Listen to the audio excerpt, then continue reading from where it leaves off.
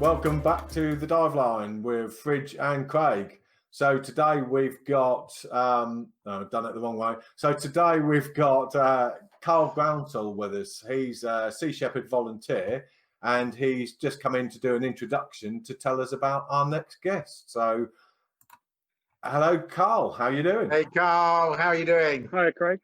How are you? Yeah, we're good. How's things? Yeah, not too bad, not too bad. Yeah, I'm Carl. I'm a Sea Shepherd volunteer based in the UK. And Molly, which is going to be one of your guests coming on soon. I first sort of got to know about Molly through one of the local Facebook pages in Stevenage. She's got a couple of friends out of Sea Shepherds anyway. And what amazed me was her age and what she'd done by, collecting litter in the local area, especially due to the lockdown and that. Her mum said that, she tries and gets to the beach as much as she possibly can, out of lockdown.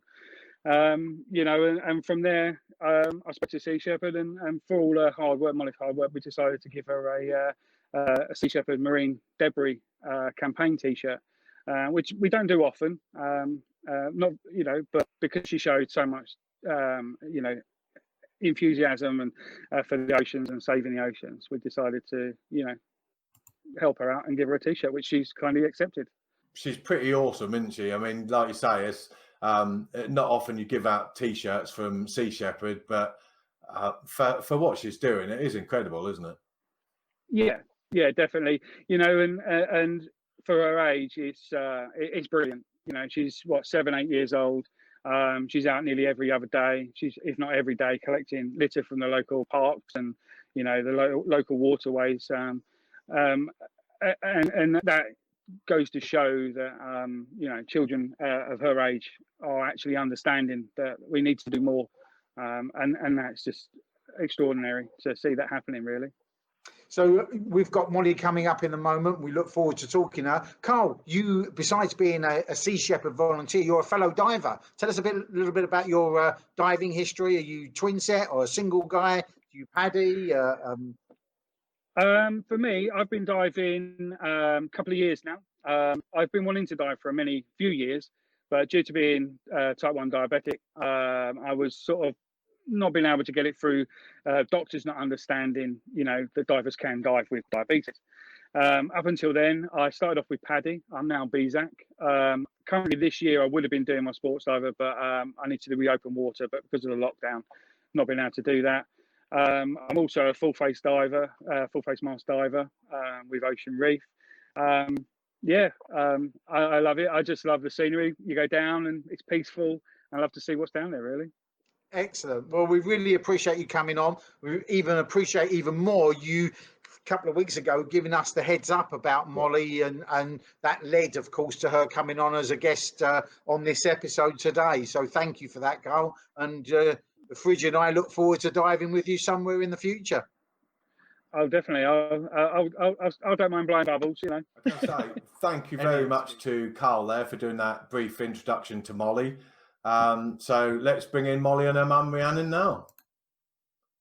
Hello. Hi, guys. Hello. Hi. How are you both? Yeah, we're really good. How are you feeling, Molly? I'm feeling really good. I'm feeling very well. Excellent. We've had a very, very busy week, like with all the kind of projects and things that we're both doing. It's very, our week is so full up, so we're just kind of taking it easy today, to be honest. Yeah, nice. Which is good. Yeah, cool, great. So we've just met Carl, and Carl's done a little bit of an introduction, and he gave us the heads up about Molly. And we think you're awesome, Molly, in the work that you're doing. Obviously, Fridge and I are both divers. We love our oceans, and we heard from Carl about the mission that you're on to protect our oceans, and not only getting people to clear up their own rubbish, but also getting out there yourself in picking up litter and getting your friends and getting your neighbours involved. So tell us how this all started. Would you like to answer it? Yes. So, how it all started? Okay. So, I got inspired by a group called Sea Shepherd, and when we did a beach cleanup, that inspired me to make my own group. We both thought of the same thing, really, Earth Guardians, and then my mum, kind of Googled, what if there was already a group there, and there was, and we took part in it, didn't we? We got our own group called Earth Guardians Stevenage UK. Yeah. So you basically, you wanted to do volunteer work, didn't you? And then she couldn't because she was too young to join in with Sea Shepherd and be volunteer for them. So what she did was kind of wanted to start her own group where she could kind of do litter picks with people. So that's why, I went online and I had a look to see if it was already a group name, and then we found it was like this massive thing. Yeah, and what's really, it was so perfect. We couldn't have predicted it, but it's basically this global group, and you have different crews in different areas, and then it's kind of you independently run your crew and get to choose what projects they partake in, and you have to kind of inspire them and do everything, and you kind of got a lot of the baseline kind of set up for you, and you've got that support from the group, and it's all people all around the world doing projects on helping to save the earth from pollution in all these different ways. So some people might be helping to stop land being built on, or preserving a woodland, or everyone all over the world is doing these different projects. So that was kind of we wanted perfect. to do litter picking. That was the thing that really bothered you, wasn't it? It was the litter that was on the ground. So that's where that all kind of came about. Oh, Yes. okay. So you guys thought of the name Earth Guardians and then realised that there is a big global organisation that actually already has that name. And you contacted them, did you? And they said you could use it and call yourself Stevenage, Earth Guardians Stevenage UK?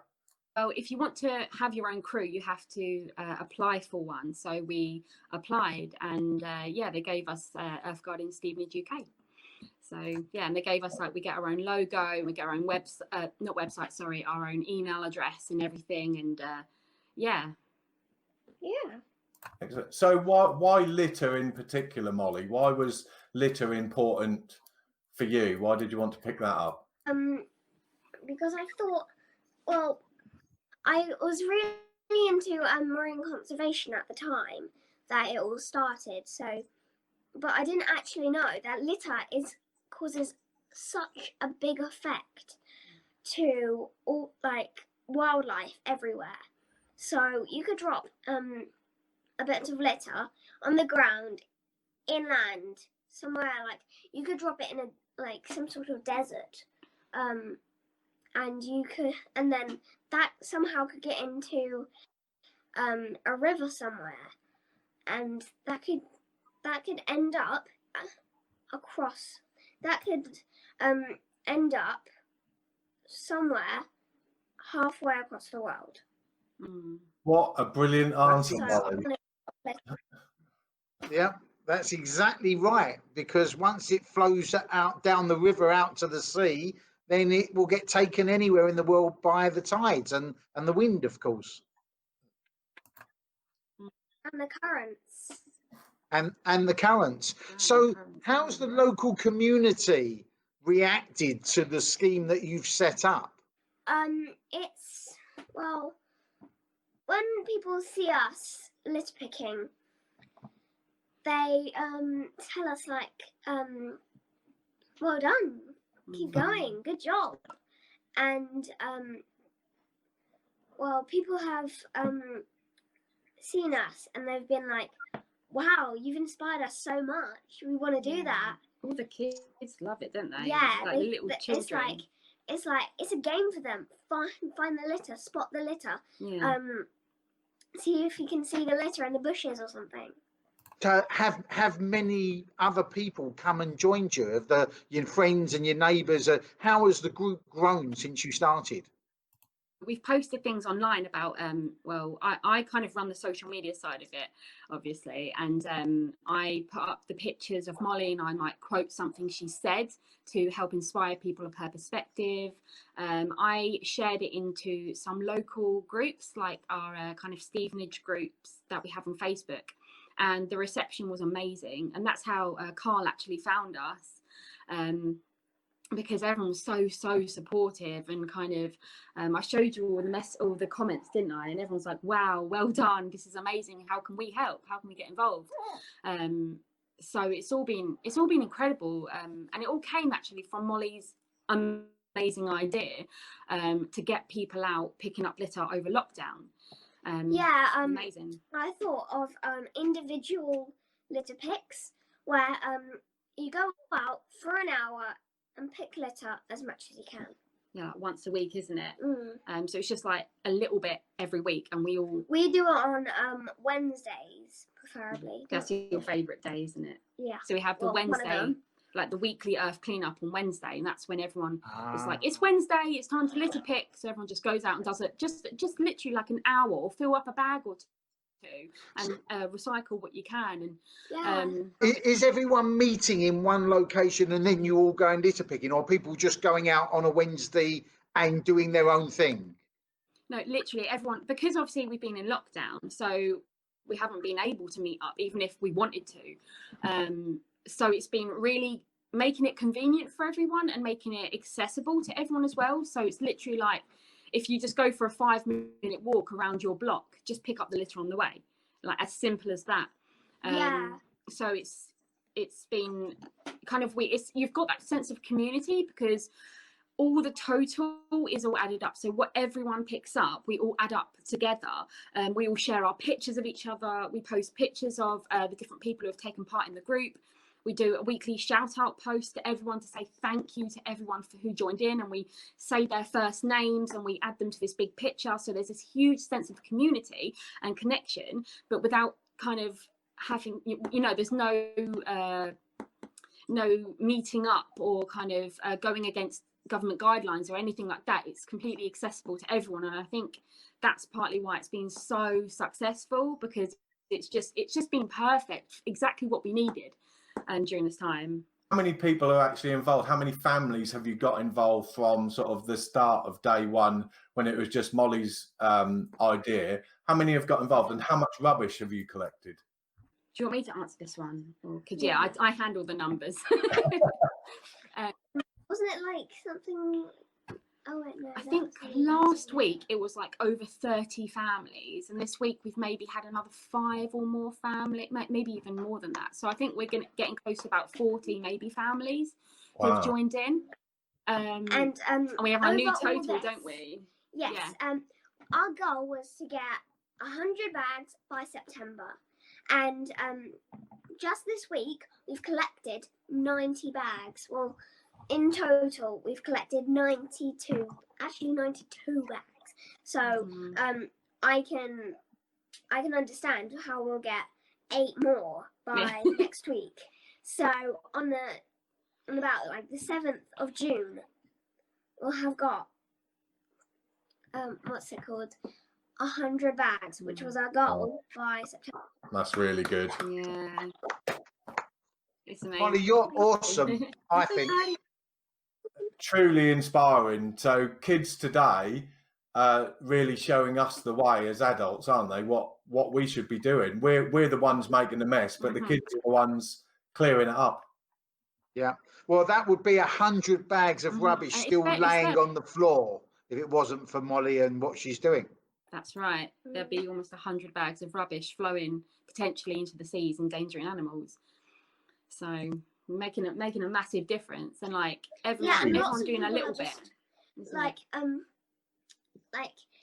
every single bag of litter that we've collected over how many weeks? Since early May, like May the 6th or something. So not long. How long was that? Just under 2 months. Just under 2. So yeah, we've over the past under 2 months. Just to quote her. And yeah, we've collected 92 bags, and every one of those we've collected has been making such a big difference. Yeah, absolutely it has. So what happens to all this rubbish? Where does it go? Well, we recycle it. So we've got 5 bags for litter, and we've got cans, general waste, etc. So we've got like a bag for each one that we all bring out and carry around with us. Yeah. The one that is probably the most used is general waste. So things like baby wipes, and yeah, there's been a lot of gloves recently. So I was going to ask that question actually. Have you found that there's the PPE, the face coverings and gloves? Is there a lot of that around? Oh yeah, we've come across. We alone have come across 2 masks. I think it's probably even more than that. Quite a few That's masks. terrible, More gloves, to be honest. Not so many masks. But yeah, a lot of gloves and a lot of like wipes and stuff. Yeah, there's probably been a lot of wipes along with the gloves. Lots of plastic bottles. Bottles. Oh yeah, we've come across lots of that. Oh yeah, they're very common. Once I had, only yesterday I found the one with the decomposing matter on it. Like, it was, I have no idea what it was. It was probably just rotting leaves, but you can't be too sure with that. No, we don't touch them or anything. Hygiene's very important. We always tell everyone to be, don't let kids handle the rubbish at all. No, like litter can be dirty, so and so things like that's just really bad because you don't know where it's been, you don't know who it's been with. It could be someone who's touched something accidentally really gross, or Exactly. you never know. Or somebody's come along and pooed on it. You're right. You're absolutely right. It could be. So the whole reason for you doing this really is your love of the oceans and the love of the wildlife that's in those oceans. And you just wanted to stop all this rubbish from even the landlocked Stevenage getting into our waterways and into our streams and rivers and ending up in the ocean and hurting that wildlife. So that is the reason for you doing all of this. And I think you've done an absolutely amazing job. Couldn't agree more with what Fridge says. Molly, we both think you're awesome. We really do. And our environment desperately needs people like you that are prepared to encourage others to do something to stop the rubbish reaching the oceans. Absolutely. Bridge and I have heard that you would like to do something that we both do, and that's breathe underwater. I hear that you'd like to try out to see what it's like to be the shark behind me and be able to breathe underwater. What do you think? Yeah, it'd be pretty cool. It is very cool. It is really cool. Jim, tell the guys about what we're going to do. So we're going to arrange for Molly to go to a local dive centre in your area and have what we call a tri-dive. So you'll be able to experience what it's like underwater in the swimming pool. And if you like it, and you like it a lot, when you're 10 years old, so not long, to give you a online open water course for you to do so you can learn to scuba dive. What do you think? I'm going to cry. Am I gonna like swim? We'll liaise with Mum and we'll make all the arrangements but we think you're awesome and we think you thoroughly deserve to get something back. Absolutely. Thank you. That's one you to teach you how to swim on the surface now. No. I know how to do it. I've done it before. Oh, have you? Yeah. Over the coronavirus, I haven't been able to do it. Oh my God, that's amazing. Honestly, thank you so much.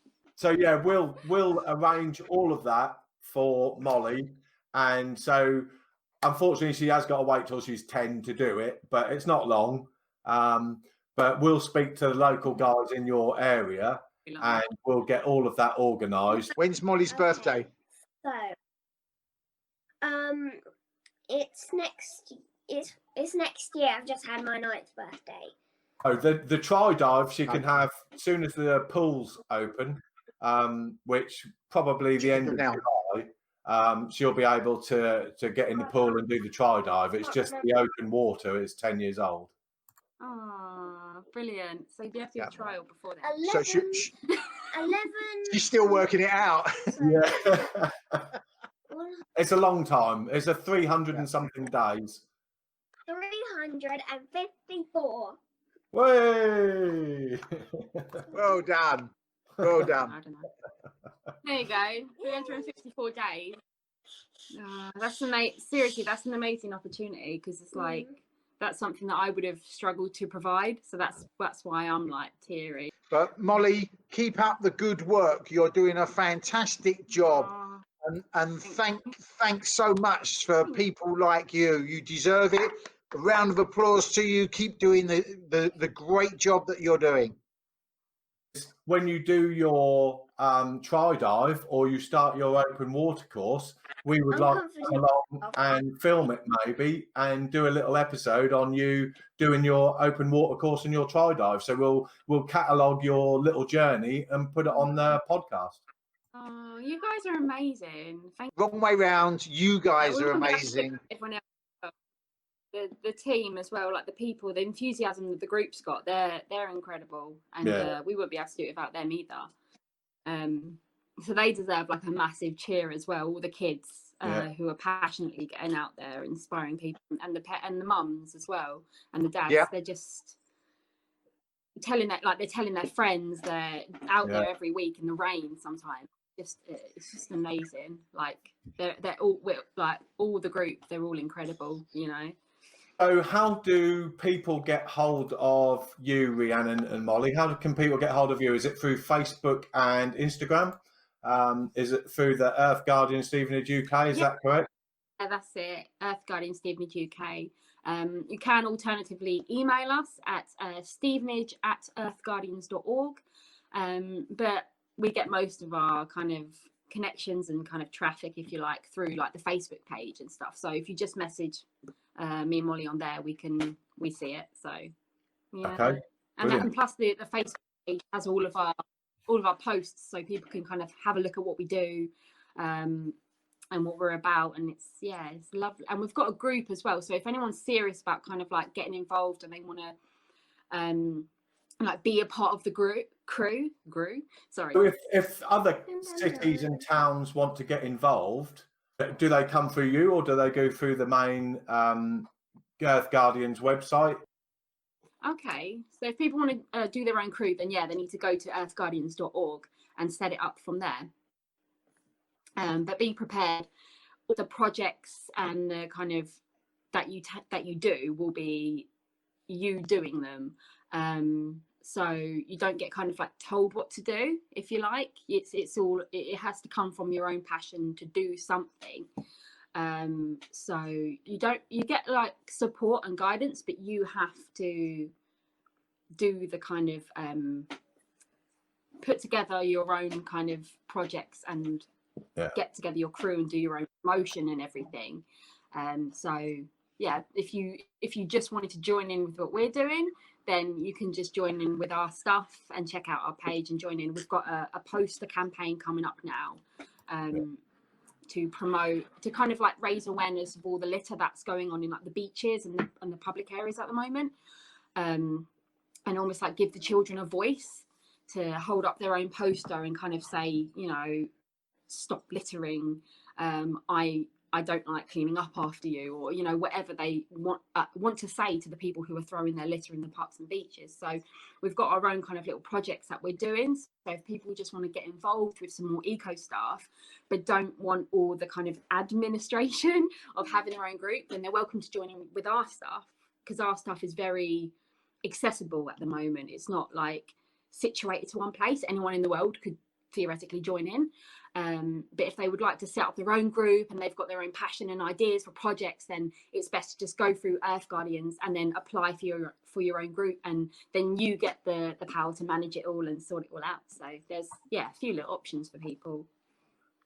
Well, you're both fantastic, and I hope that you've inspired people across the country to get in touch with Earth Guardians and set up their own litter campaigns or whatever good they want to do for the environment. And of course, come along and join you guys if they're if they want to do that and not have the admin side. But I just think you're brilliant. Guys, thank you so much. Very much appreciated for you spending the time to come and tell us about what you're doing. Yeah, from Jim and I, Molly and Rhiannon, brilliant. Thank you so much. Thank you for having us and for giving us kind of like another way to kind of help people get involved. I think that, I really appreciate your time and, the work that you've put in for us. So and then obviously the opportunity you've given to Molly for diving, that is just more than you needed to do. And I just thank you, like, from the bottom of my heart. Thank you. Like, I know you didn't need to, but please get this to. Yeah, we did. Like, we did need to, Molly. We did. Have to, but I didn't hear that.